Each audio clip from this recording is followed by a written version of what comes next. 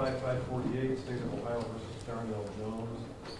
We set this matter today so that counsel could provide some argument for the court on both the motion number 6, motion to issue subpoena to produce records from Lucas County Children's Services filed by the defense, and Mr. Daly's motion on behalf of Lucas County Children's Services to quash that subpoena.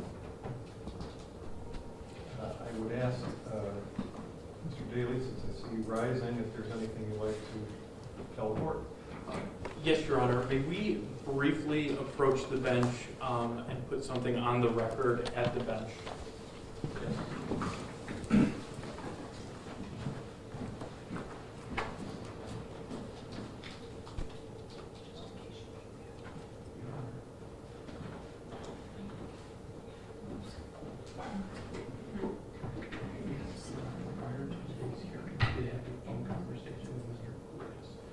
Part of the records involved Kei'Mani Latigue. She is a still living member of our community. She is entitled to confidentiality under state law. Part of the arguments are going to involve her. So I wanted to make sure for the record that when we discuss her, I'm not going to use her name because she's entitled to confidentiality. I wanted the record to reflect that when we talk about the records from the 80s and early 2000s, they all pertain to Darnell Latigue. So I do know. Yeah, that's fine. Lucas, I'll give you a moment to discuss with your client that you discussed your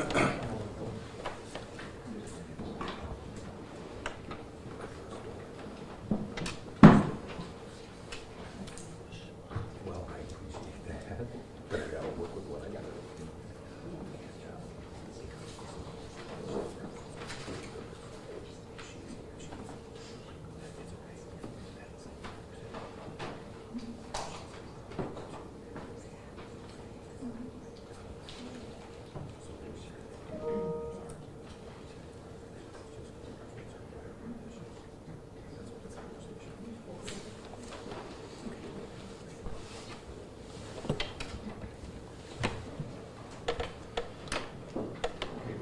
We are.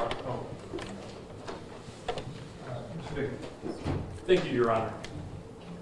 On behalf of Lucas County Children's Services, we would be moving to quash the subpoena, or in the alternative, ask for an in-camera review of these confidential records. Children's Services records nationwide are protected by confidentiality, including in the state of Ohio.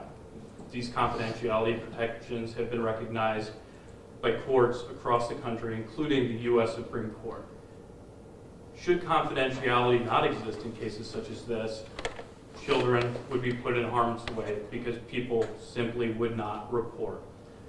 Confidentiality is meant to report children, or protect children, protect families, and protect the people who report issues involving child abuse, neglect, dependency, and other issues.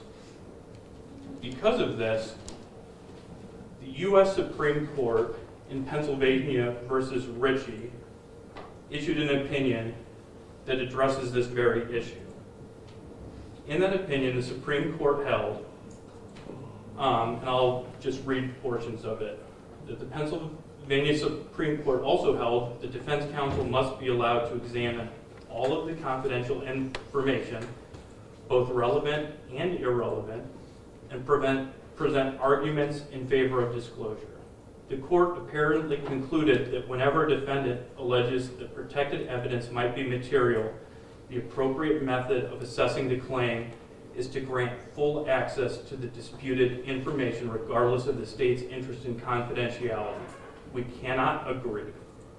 A defendant's right to discover exculpatory evidence does not include unsupervised authority to search through the Commonwealth's files. Although the eye of an advocate may be helpful to a defendant in ferreting out information, this court has never held, even in the absence of a statute restricting disclosure, that a defendant alone may make the determination as to the materiality of the information. Settled practice is to the contrary.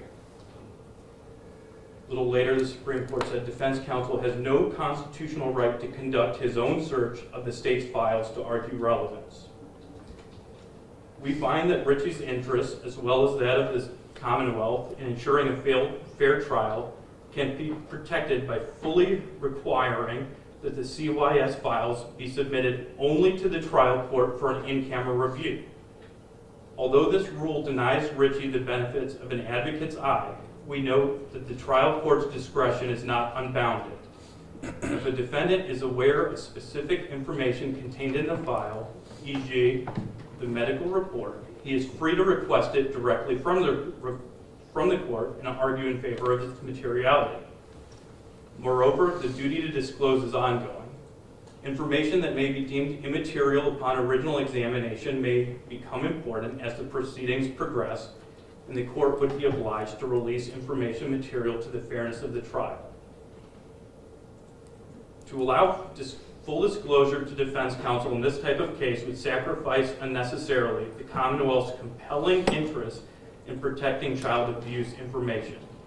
If the CYS records were made available to defendants, even through counsel, it could have a seriously adverse effect on Pennsylvania's effort to uncover and treat abuse. Child abuse is one of the most difficult crimes to detect and prosecute, in large part because there are often no witnesses except the victim. A child's feelings of vulnerability and guilt and his or her unwillingness to come forward are particularly acute when the abuser is a parent. It is therefore essential that the child have a state-designated person to whom he may turn, and to do so with the assurance of confidentiality. Relatives and neighbors who suspect abuse also will be more willing to come forward if they know that their identities will be protected. Recognizing this, the Commonwealth, like all other states, has made a commendable effort to assure victims and witnesses that they may speak to CYS counselors without fear of general disclosure.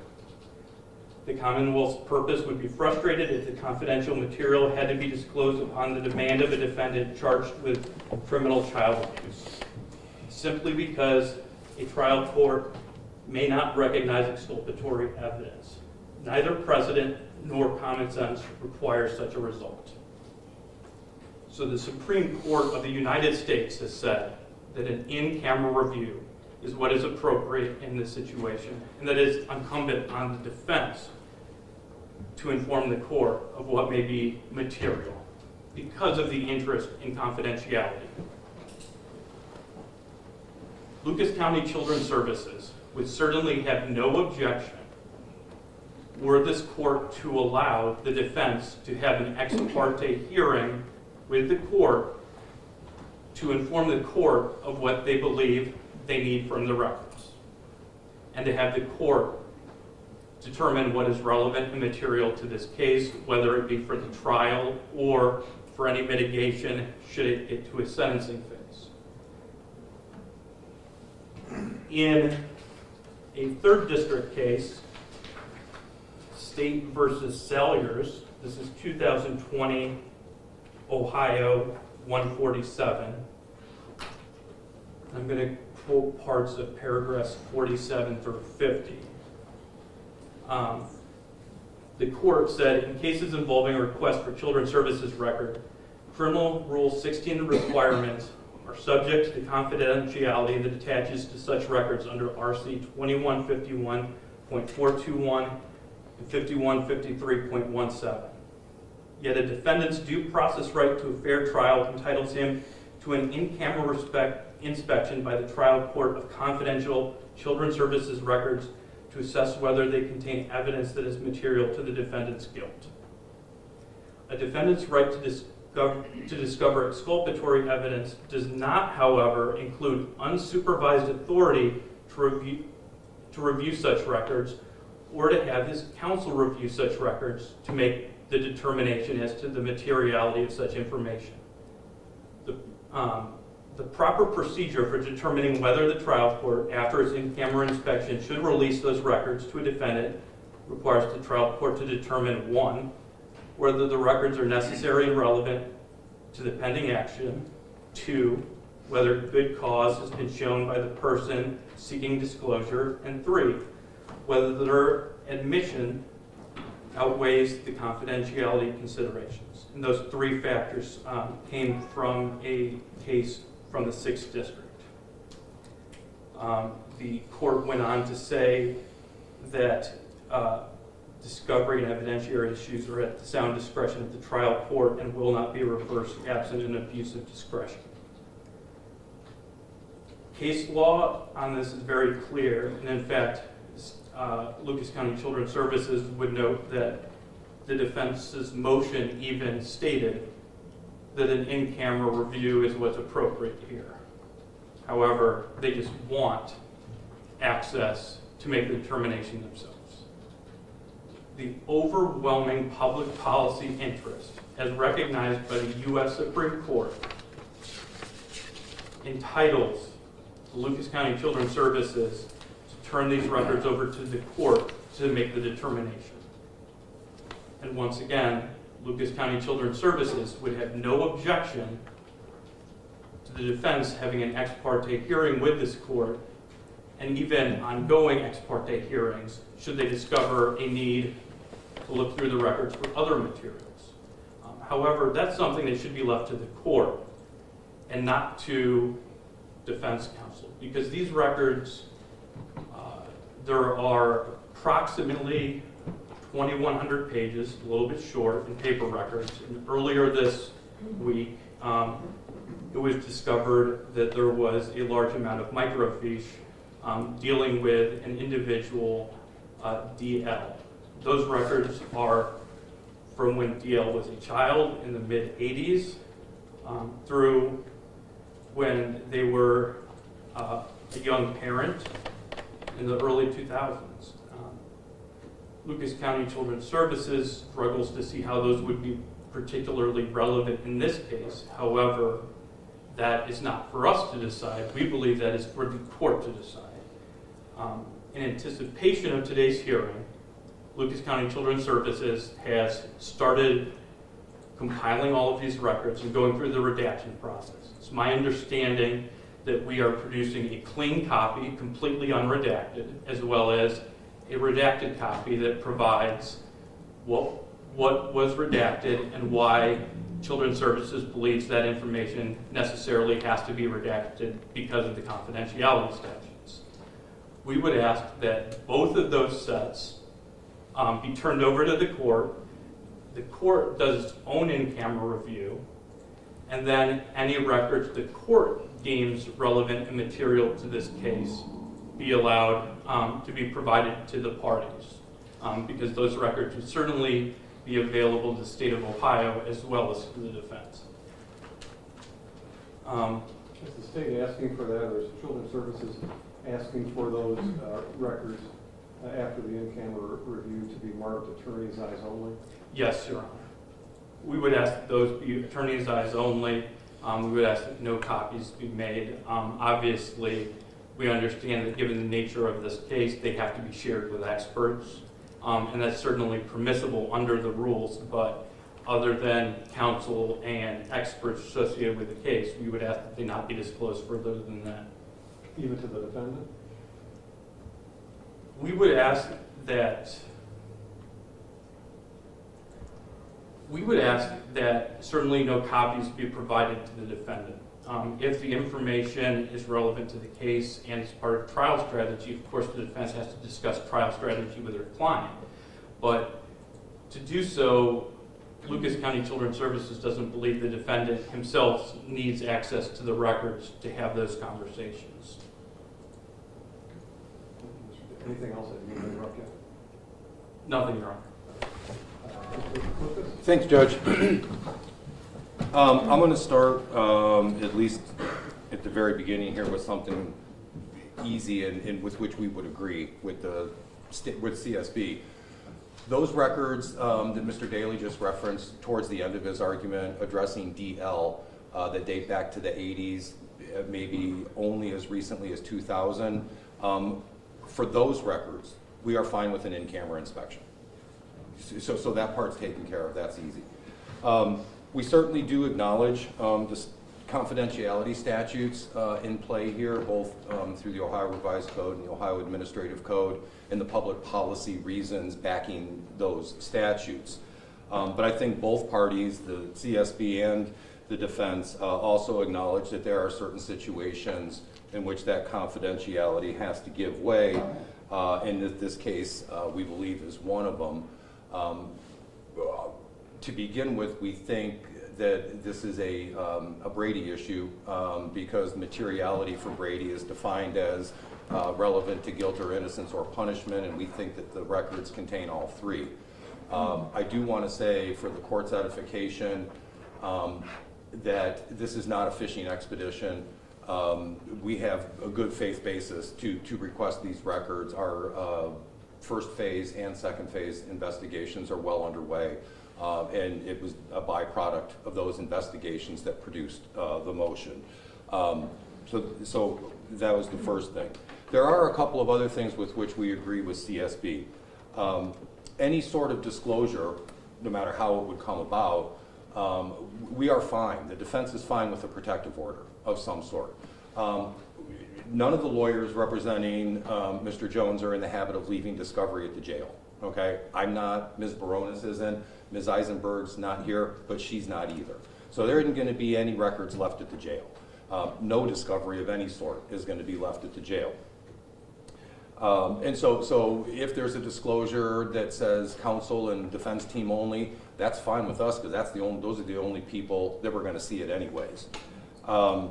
The second thing that Mr. Daly didn't reference in his remarks here in court, but did mention in his motion to quash, is that we also understand that Lucas County Children's Services Board possesses records from other agencies, and that they believe that they are without authority to disclose those, and we concur with that too. You can't disclose what's not yours. So we're fine with that portion of their motion as well. The last thing I wanted to mention is that in the motion to quash, the state seemed to suggest that the volume of the records was somehow problematic or prohibitive. In the defense's estimation, the size and volume of the records is our problem. It's our problem to manage that, and the defense team has the ability to manage that amount of material through filtering software and indexing and other algebraic search strategies. So the size of those records really shouldn't make any difference. I do not believe that in our motion number 6 we conceded to an in-camera. I think we acknowledged that that's the conventional approach, and that we indicated in motion that the conventional approach was not going to be sufficient here from our view, and there's a couple of reasons for that. Number one, our second phase investigation is well underway, but the court has no idea what that investigation entails, so it would be in a poor position to determine what might be really relevant, at least as far as second phase material goes. The court may be able to make a determination as to what may be exculpatory in a first phase, but should this case proceed to a second phase, that investigation is also underway, and the court is completely unaware of what we're doing. Now, the statute provides the court some guidance. 292904 lists 7 statutory mitigating factors, but factor number 7 is any other evidence relevant, okay? And that doesn't really narrow the focus any. And so because the court doesn't know what the mitigation avenues are being explored, I don't know that the court would be in a position to determine what's relevant to the defense or what isn't. The second part of that is we don't know how this case is going to resolve. I don't know on behalf of Mr. Jones that we think that exposing the assigned judge to a lot of potential evidence is really in his best interest. He may choose to proceed with a 3-judge panel, and now you've been exposed to a great deal of material. It's not going to be able to be forgotten, no matter how commendable the court may feel that they can disregard it. I think we all know better. Okay, so that's another reason. And the third reason that we think that this that this remedy that we're seeking, which is disclosure directly to the defense, is appropriate is because this is a capital case.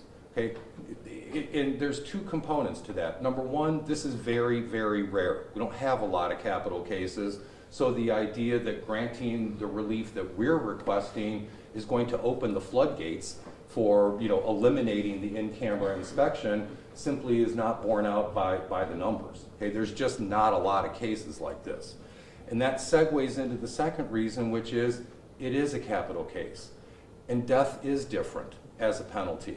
And Mr. Daly had referenced some Supreme Court authority that we cited in our motion, but there's also considerable Supreme Court authority dating back to the early 70s, late 60s, beginning with Lockett versus Ohio and Woodson versus North Carolina and Furman versus Georgia, where the United States Supreme Court acknowledges that death is different.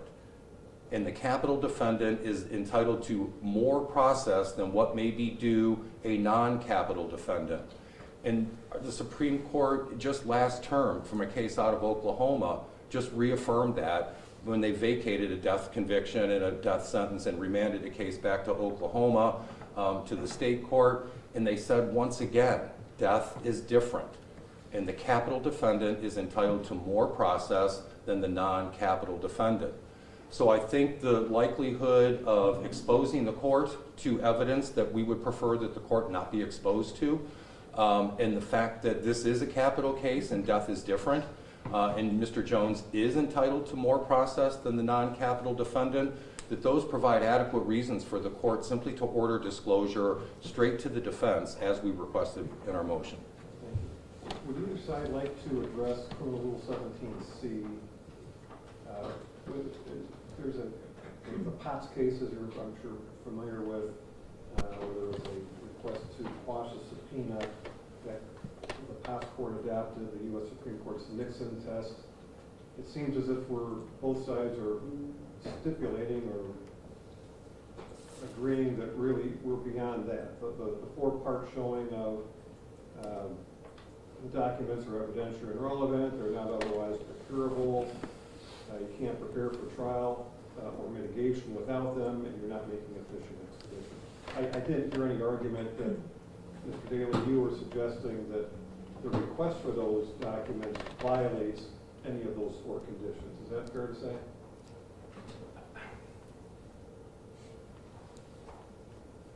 I do believe that certain records from the 80s involving DL might be fishing expedition, because I don't see how those could possibly be relevant. I do understand that case law has been developed recently, or maybe not case law, I would say that the Ohio Public Defender's Office has started a project where they have mapped out basically family histories on a victim's side and used those much later, decades down the road, in arguments that more files should have been disclosed.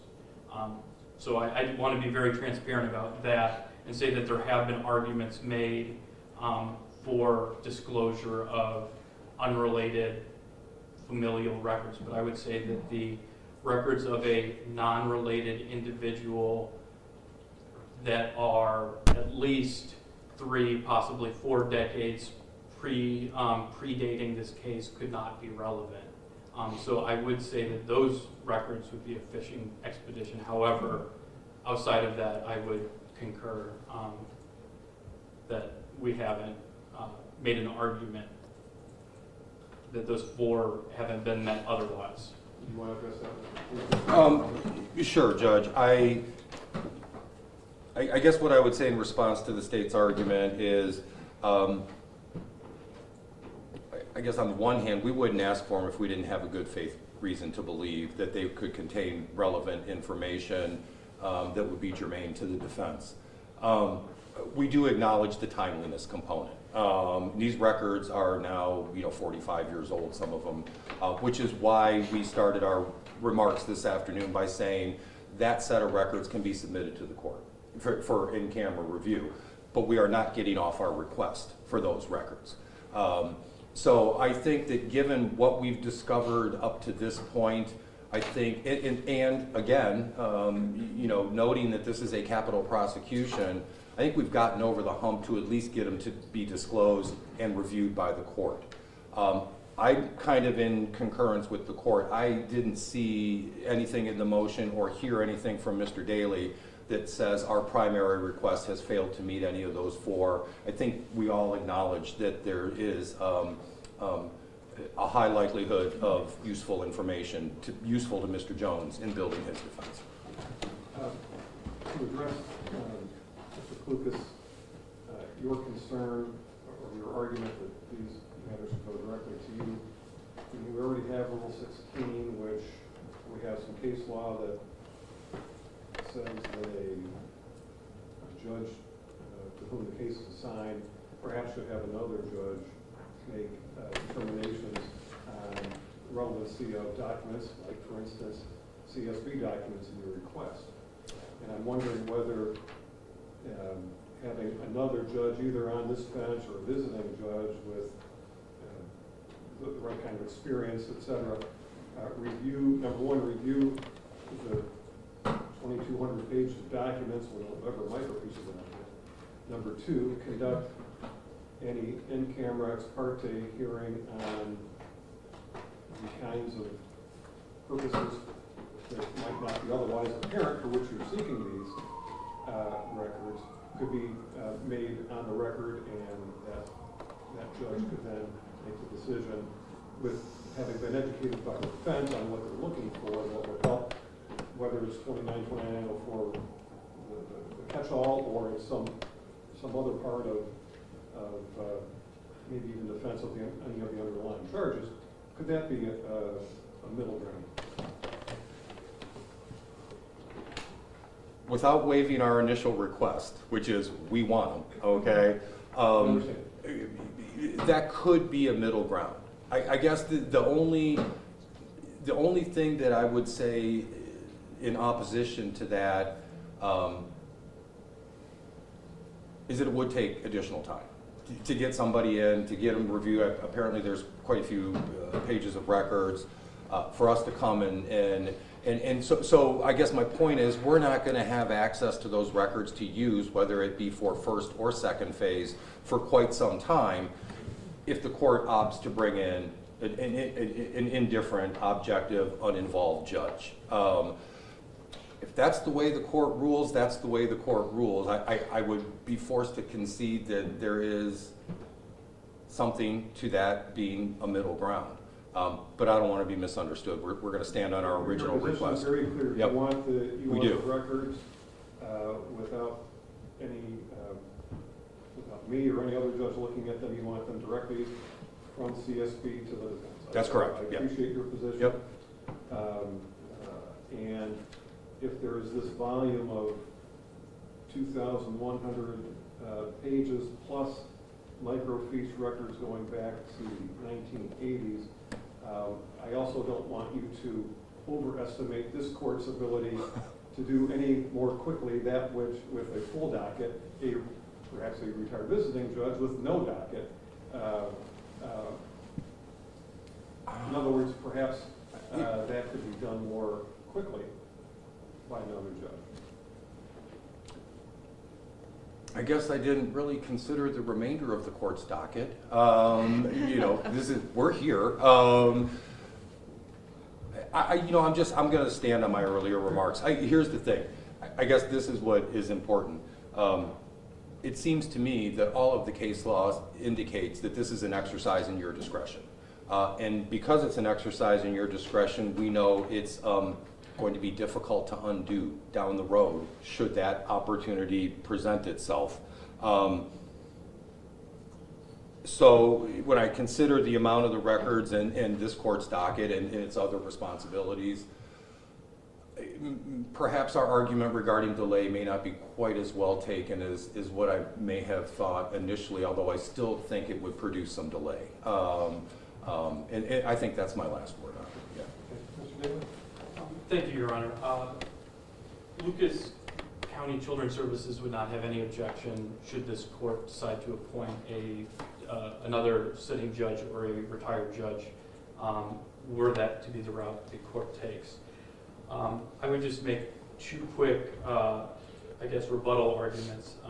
First, I did note that Mr. Klukas said that there was a good faith basis that there might be exculpatory information in these records. However, the third district, as I quoted earlier, has stated a defendant's right to discover exculpatory information does not, however, include the unsupervised authority to review such records or to have his counsel review such records to make the determination as to the materiality of the information. Beyond that, there was talk about the use of mitigation, or the records in mitigation, and how the court was unaware of the mitigation strategy. The Supreme Court of the United States has said that this process is ongoing.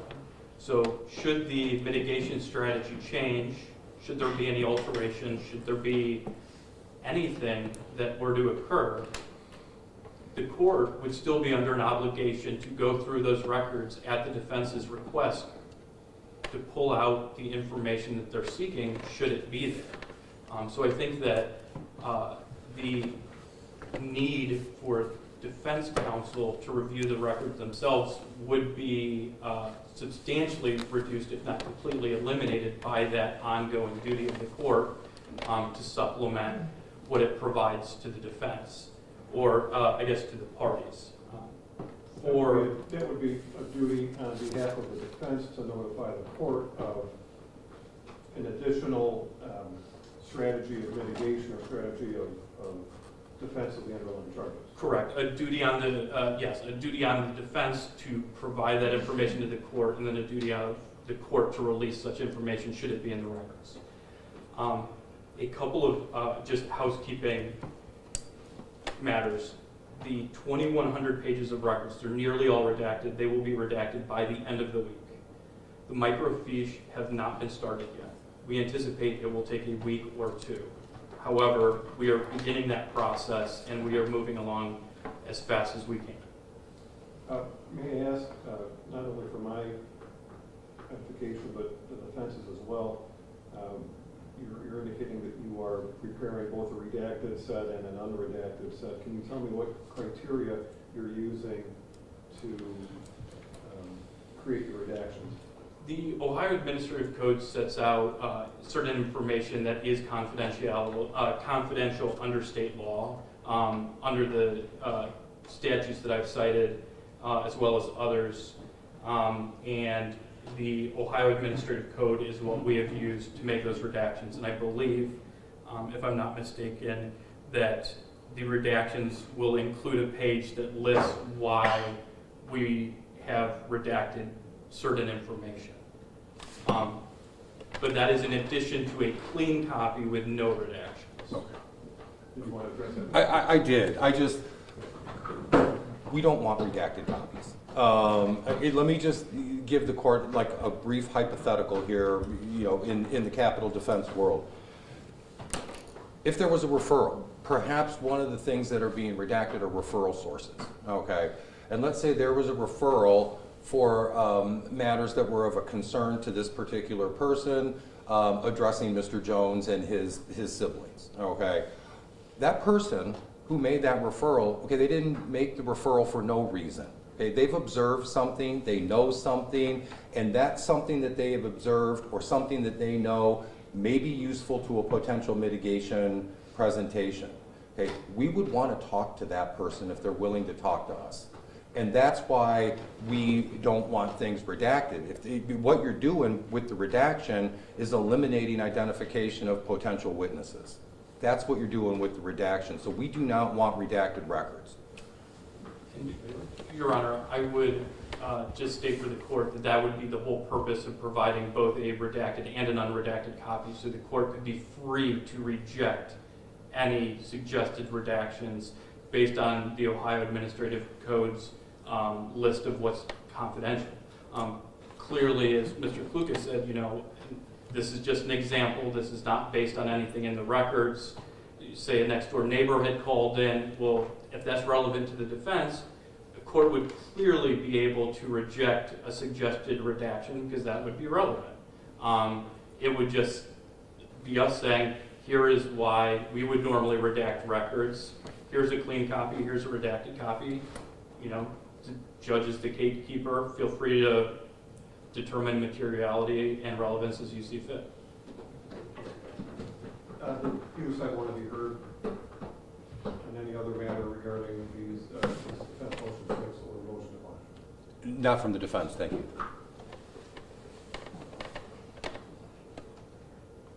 No, thank you, Your Honor. Let me just take a moment to pause to let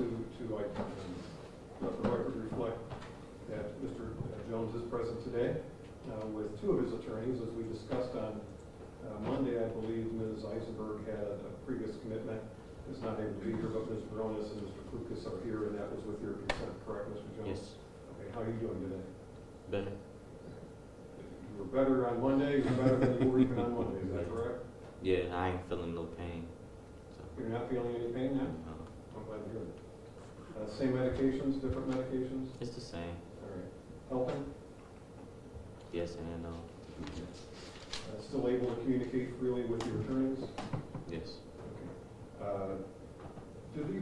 Maybe I didn't ask you this before, did any of these medications or any of what you're going to inhibit or keep you from remembering anything that would be of help to your defense team?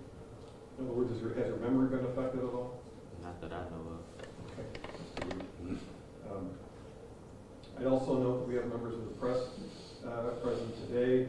We are broadcasting these proceedings to the first floor monitors, so if there are any members of the public who wanted to view it, they could.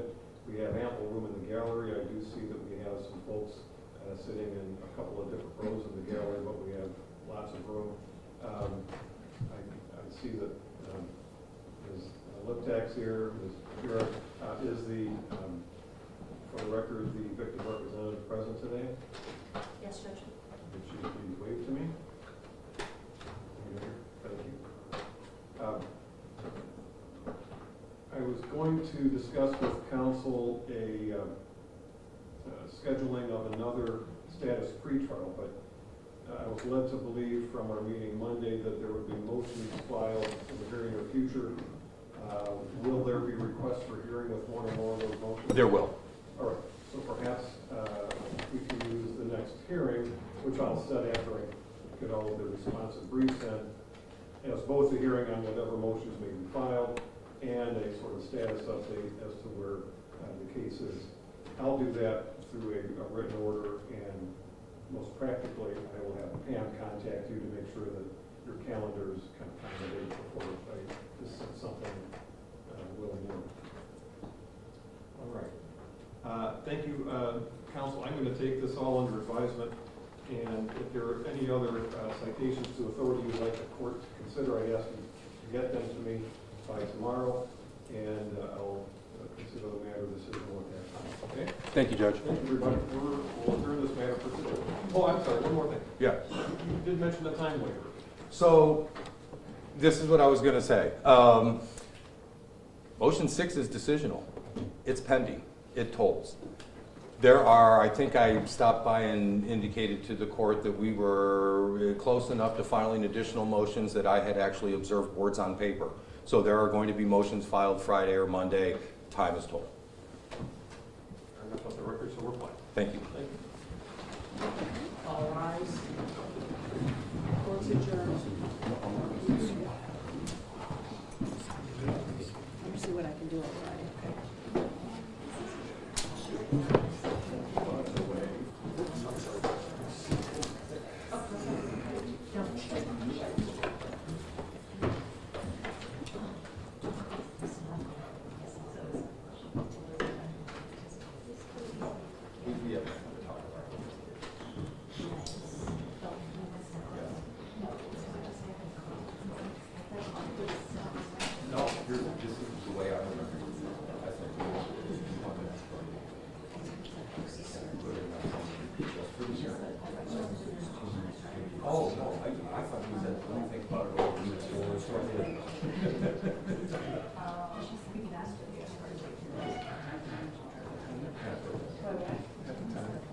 I think I do.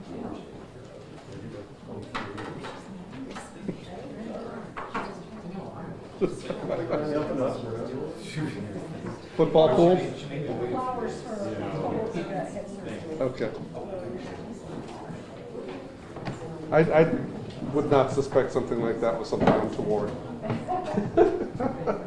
At least, not so flagrant if it were. Yeah, exactly. Here, have some money.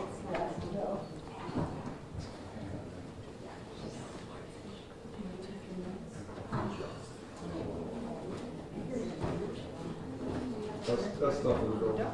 Thank you. I tried.